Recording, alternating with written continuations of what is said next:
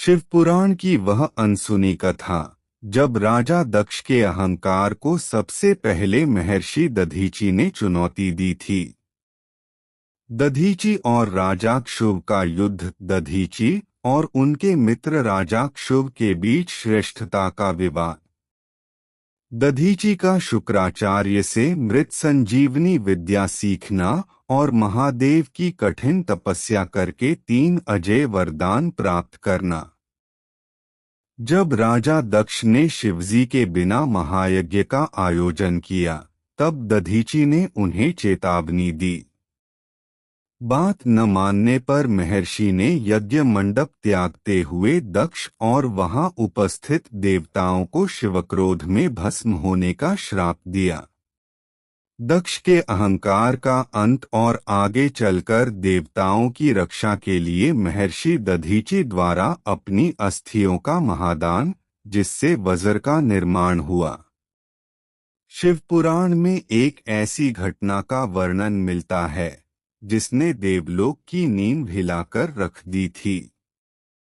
यह कहानी है महर्षि दधीचि और प्रजापति दक्ष के उस अहंकार की जिसने संपूर्ण ब्रह्मांड को विनाश के मुहाने पर ला खड़ा किया था।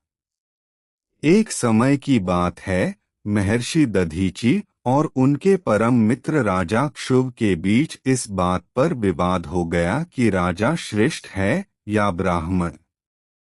विवाद इतना बढ़ा कि राजा क्षुभ ने अपने वज्र से दधीचि पर प्रहार कर दिया। महर्षि दधीचि बुरी तरह घायल हो गए। तब वे शुक्राचार्य के पास गए और उनसे मृत संजीवनी विद्या सीखी। इसके बाद उन्होंने भगवान शिव की कठोर तपस्या की। महादेव प्रसन्न हुए और उन्होंने दधीचि को 3 अद्भुत वरदान दिए। पहला, उनकी अस्थियां, हड्डियां वज्र से भी अधिक कठोर होंगी। दूसरा, उन्हें कोई मार नहीं सकेगा। और तीसरा, वे कभी दरिद्र नहीं होंगे। इसके बाद महर्षि दधीचि अजेय हो गए। लेकिन असली मोड़ तब आया जब प्रजापति दक्ष ने एक विशाल यज्ञ का आयोजन किया। दक्ष के मन में भगवान शिव के प्रति अत्यधिक अहंकार और द्वेष भर चुका था। इसलिए उसने ब्रह्मांड के सभी देवी देवताओं और ऋषियों को आमंत्रित किया, लेकिन भगवान शिव और माता सती को जानबूझकर बुलावा नहीं भेजा। जब महर्षि दधीचि यज्ञ मंडप में पहुंचे तो उन्होंने देखा कि वहां भगवान शिव का कोई स्थान नहीं था। दधीचि ने राजा दक्ष से कहा, दक्ष, जिस यज्ञ में देवाधिदेव महादेव का भाग नहीं है, वह यज्ञ अधूरा है और मंगलकारी नहीं हो सकता। तुम तुरंत शिवजी को आमंत्रित करो। लेकिन अहंकार में डूबे दक्ष ने उत्तर दिया, मैं उस अघोरी और श्मशान में रहने वाले को अपने पवित्र यज्ञ में कभी स्थान नहीं दूंगा। दक्ष के यह शब्द सुनते ही महर्षि दधीचि का क्रोध भड़क उठा। उन्होंने भरी सभा में गरजते हुए कहा, दक्ष, तूने अपने विनाश को स्वयं निमंत्रण दे दिया है। जो महादेव इस सृष्टि के पालनहार हैं, उनका अपमान करने का फल तुझे और इस यज्ञ में उपस्थित सभी देवताओं को भोगना पड़ेगा। महर्षि दधीचि ने अपने तपोबल से वहां उपस्थित सभी देवताओं और ऋषियों को श्राप दिया, तुम जितने भी देवता आज इस शिवहीन यज्ञ का भाग बन रहे हो, तुम सभी शिवजी के भयानक क्रोध की अग्नि में भस्म हो जाओगे। यह यज्ञ कभी पूरा नहीं होगा। इतना कहकर दधीचि ऋषियों के साथ यज्ञ मंडप छोड़कर चले गए। और जैसा कि शिव पुराण में वर्णित है, दधीचि का यह श्राप सत्य सिद्ध हुआ। आगे चलकर वीरभद्र ने दक्ष के यज्ञ का विध्वंस किया और दक्ष का मस्तक धड़ से अलग कर दिया। बाद में यही महर्षि दधीची अपनी कठोर अस्थियों का दान देकर दधीची कहलाए, जिनकी हड्डियों से बने वज्र से वृत्रासुर का वध हुआ। क्या आप जानते हैं कि महादेव का एक ऐसा रूप भी था जिसने स्वयं भगवान विष्णु के उग्र अवतार को शांत किया था? और क्या आप जानते हैं कि भगवान शिव और पार्वती का एक ऐसा पुत्र भी था जो अंधकार में जन्मा और असुरी शक्तियों का प्रतीक बन गया? शिवपुराण की यह कथा शुरू होती है मंदराचल पर्वत से। एक दिन भगवान शिव और माता पार्वती भ्रमण कर रहे थे। हंसीमजाक में माता पार्वती ने अपने दोनों हाथों से महादेव के नेत्र बंद कर दिए। जैसे ही महादेव के नेत्र बंद हुए, संपूर्ण ब्रह्मांड में घोर अंधकार छा गया। सूर्य और चंद्रमा की कांति लुप्त हो गई। इस भयानक स्थिति से माता पार्वती के हाथों में पसीना आ गया। उस स्वेद पसीने की बूंदें जब पृथ्वी पर गिरी तो उनसे एक अति भयानक अंधा और उग्र बालक उत्पन्न हुआ। अंधकार में जन्म लेने के कारण उसका नाम रखा गया अंधक। उसी समय दैत्यराज हिरण्याक्ष पुत्र प्राप्ति के लिए तपस्या कर रहा था। शिवजी ने अंधक को हिरण्याक्ष को दे दिया। अंधक असुरी वातावरण में बड़ा हुआ और अपनी शक्ति के मद में अंधा होकर तीनों लोकों को जीतने निकला। लेकिन उसका सबसे बड़ा पाप तब हुआ जब उसने बिना जाने अपनी ही माता पार्वती पर कुदृष्टि डाली। जब अंधक ने कैलाश पर आक्रमण किया, तब महादेव का प्रचंड रूप सामने आया। शिवजी ने अपने त्रिशूल से अंधकासुर का सीना चीर दिया और उसे त्रिशूल की नोक पर उठा लिया।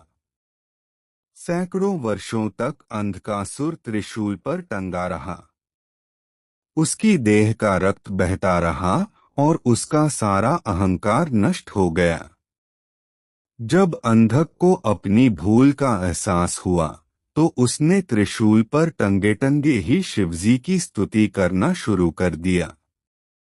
उसकी भक्ति से प्रसन्न होकर आशुतोष महादेव ने उसे क्षमा कर दिया, अपने त्रिशूल से नीचे उतारा और उसे अपना मुख्य गण भृंगी बना लिया।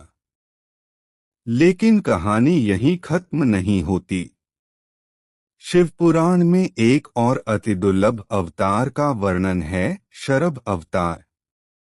जब भगवान विष्णु ने नृसिंह अवतार लेकर दैत्यराज हिरण्यकश्यप का वध किया, तो वध के बाद भी नृसिंह देव का क्रोध शांत नहीं हो रहा था। उनका उग्र रूप संपूर्ण ब्रह्मांड को भस्म करने लगा। सभी देवता भयभीत होकर महादेव की शरण में पहुँचे। तब भगवान शिव ने एक ऐसा अवतार धारण किया जिसकी कल्पना भी नहीं की जा सकती थी। वह था शरभ अवतार, आधा पक्षी आधा सिंह, 8 पैरों वाला विशालकाय और गरुड़ से भी तेज पंखों वाला रूप। शरभ रूपी शिवजी ने अपनी पूंछ और पंखों में नृसिंह देव को लपेट लिया और उन्हें आकाश में ले गए। दोनों दिव्य शक्तियों के बीच भयानक युद्ध और ऊर्जा का आदान प्रदान हुआ। अंततः शरभ अवतार के स्पर्श और प्रभाव से भगवान नृसिंह का क्रोध शांत हुआ और वे अपने शांत विष्णु रूप में लौट आए। महादेव का शरभ अवतार हमें सिखाता है कि जब ब्रह्मांड में उग्रता और विनाश सीमा लांघने लगे तो शिव का कल्याणकारी रूप उसे शांत करने के लिए प्रकट होता है। महादेव का शरभ अवतार हमें सिखाता है कि जब ब्रह्मांड में उग्रता और विनाश सीमा लांघने लगे तो शिव का कल्याणकारी रूप उसे शांत करने के लिए प्रकट होता है। हर हर महादेव। जय श्री कृष्णा दोस्तों। हम सब जानते हैं कि भगवान विष्णु ने अपने परम भक्त प्रहलाद की रक्षा के लिए और पापी हिरण्यकशिपु का वध करने के लिए असुरहंता नृसिंह अवतार धारण किया था। आधा मनुष्य और आधा सिंह। लेकिन क्या आप जानते हैं कि हिरण्यकशिपु का वध करने के बाद भी भगवान नृसिंह का क्रोध शांत नहीं हुआ था। उनका गुस्सा इतना भयंकर था कि तीनों लोग कांपने लगे थे। तब देवताओं को बचाने और भगवान विष्णु के उस भयानक स्वरूप को शांत करने के लिए स्वयं महादेव को एक अत्यंत दुर्लभ अवतार लेना पड़ा, शरभ अवतार, भगवान शरभेश्वर। आज के इस वीडियो में हम शिव पुराण की यही अद्भुत और रहस्यमय कथा जानेंगे। कथा शुरू होती है हिरण्यकशिपु के वध के बाद। जब भगवान नृसिंह ने हिरण्यकशिपु की छाती चीरकर उसका अंत कर दिया, तब भी उनका भयानक क्रोध एंगर शांत नहीं हुआ। उनकी लाल सुलगती आंखें, भयंकर गर्जना और रौद्र रूप देखकर दसों दिशाएं कांप रही थीं। भक्त प्रहलाद ने हाथ जोड़कर स्तुति की, माता लक्ष्मी स्वयं सामने आईं, ब्रह्मा जी और इंद्रदेव ने फूल बरसाए। लेकिन भगवान नृसिंह का गुस्सा थमने का नाम ही नहीं ले रहा था। स्थिति यह बन गई कि उनके शरीर की ज्वाला, गर्मी से पूरी सृष्टि जलने लगी। अगर उनका क्रोध शांत न होता तो पूरी दुनिया का विनाश निश्चित था। जब कोई उपाय न बचा तो सभी देवता और ब्रह्मा जी कैलाश पर्वत पहुँचे। उन्होंने महादेव से प्रार्थना की, हे देवाधिदेव महादेव, भगवान नृसिंह का क्रोध अब पूरी सृष्टि को भस्म कर देगा। केवल आप ही इस प्रचंड अग्नि को शांत कर सकते हैं। भगवान शिव ने स्थिति की गंभीरता को समझा। पहले शिव जी ने अपने गणों वीरभद्र को भेजा कि वे शांति से नृसिंह देव को शांत रहने का संदेश दें। लेकिन नृसिंह देव का क्रोध इतना हावी था कि वे शांत नहीं हुए। तब महादेव ने समझ लिया कि अब प्रेम से नहीं बल्कि एक दिव्य शक्ति के प्रकटीकरण से ही सृष्टि की रक्षा होगी। सृष्टि को बचाने के लिए भगवान शिव ने धारण किया शरभ अवतार। यह अवतार कैसा था? आधा शरीर गरुड़ पक्षी, गरुड़ रूपी पंख जैसा, आधा शरीर सिंह शेर जैसा, पीठ पर विशाल पंख, 8 पैर, तीखी चोंच और मस्तक पर चंद्रमा। शरभेश्वर महादेव का यह रूप नृसिंह अवतार से भी विशाल और शक्तिशाली था। शरभ जी ने आकाश में उड़ते हुए ऐसी भयंकर गर्जना की कि पूरी पृथ्वी थम गई। वे सीधे नृसिंह देव के सामने पहुंचे। जब दोनों परम शक्तियां टकराईं तो ब्रह्मांड डगमगाने लगा। शरभ देव ने अपने विशाल पंखों से नृसिंह देव को लपेट लिया और अपने पंजों से उन्हें जकड़ लिया। शरभेश्वर महादेव के स्पर्श और उनके दिव्य पंखों की ठंडी हवा से भगवान नृसिंह का सारा क्रोध धीरे धीरे शांत होने लगा। भगवान नृसिंह को तुरंत भान हुआ कि उनके सामने स्वयं उनके आराध्य देवाधिदेव महादेव खड़े हैं। उनका गुस्सा पूरी तरह समाप्त हो गया।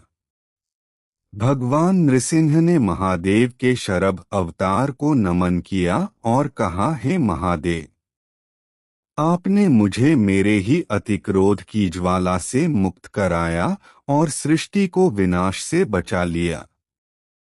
इसके बाद नृसिंह देव ने अपने चर्म, सिंह की छाल को महादेव को समर्पित कर दिया, जिसे शिव जी ने अपने वस्त्र के रूप में स्वीकार किया। फिर दोनों देव अपने अपने धाम लौट गए। दोस्तों, शिव पुराण की यह कथा हमें जीवन का सबसे बड़ा संदेश देती है। क्रोध पर नियंत्रण, क्रोध, एंगर, कितना भी जायज क्यों न हो, अगर वह सीमा पार कर जाए तो वह अपनों और पूरी दुनिया का नुकसान करता है। संतुष्टि और संतुलन, जब भक्ति या शक्ति का संतुलन बिगड़ता है तो शिव, ज्ञान, शांत चेतना ही उसे नियंत्रित करते हैं।